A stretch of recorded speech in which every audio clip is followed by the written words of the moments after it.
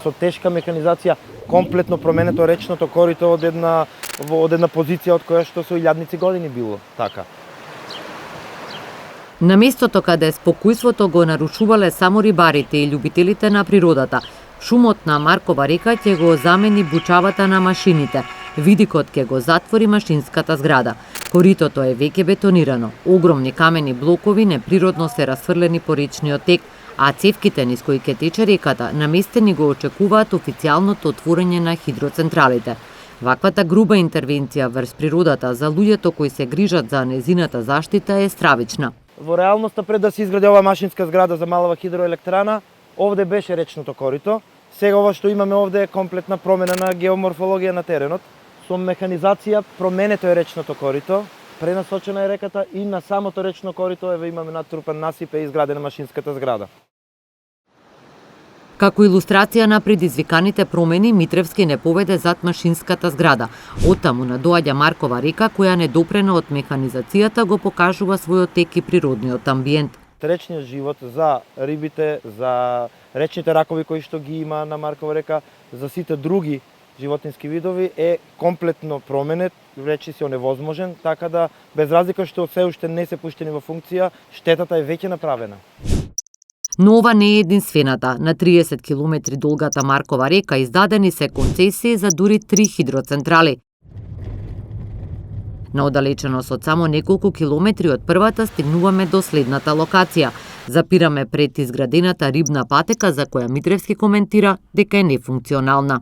Планирано е да имаме риби кенгури или евентуално речни делфини, затоа што овде имаме рибна патека која што треба во теорија да овозможи мигрирање на рибите спроти водниот тек. Вообичаено рибите мигрираат во горниот тек на реката кога има сезона за мрестење и овие рибни патеки овде што се градат е неопходно да го овозможат тоа. Овде гледаме ние дека станува збор за некоја формално изградена конструкција која што на хартија постои како рибна патека. Евидентно е дека риби не можат да поминат по оваа патека, дека имаме пад на водата поголем од 1 метро, дека имаме камење и така натаму. Екологистите безуспешно барале акција од надлежните. Инспекторите биле на терен, но не виделе ништо спорно. На наше инсистирање да добием објаснување како е можно инспекторите да не го гледаат она што е очигледно за еколозите, веде директорот на Инспекторатот за животна средина Стојковски, најави вонреден надзор и побара од нас да ги почекаме резултатите. Само 2 месеци по претходната контрола во август, кога не констатираа никаков проблем, сега инспекторите утврдија низа неправилности.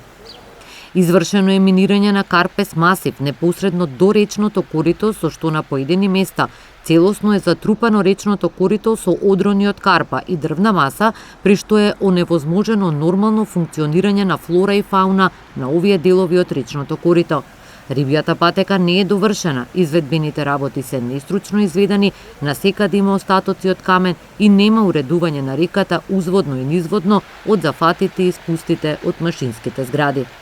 Поради ова, се забранува изведба на градежни работи се додека не се исчисти речното корито од нанос, од минирање и не се санира карпестиот предел од страна на стручна лиценцирана фирма.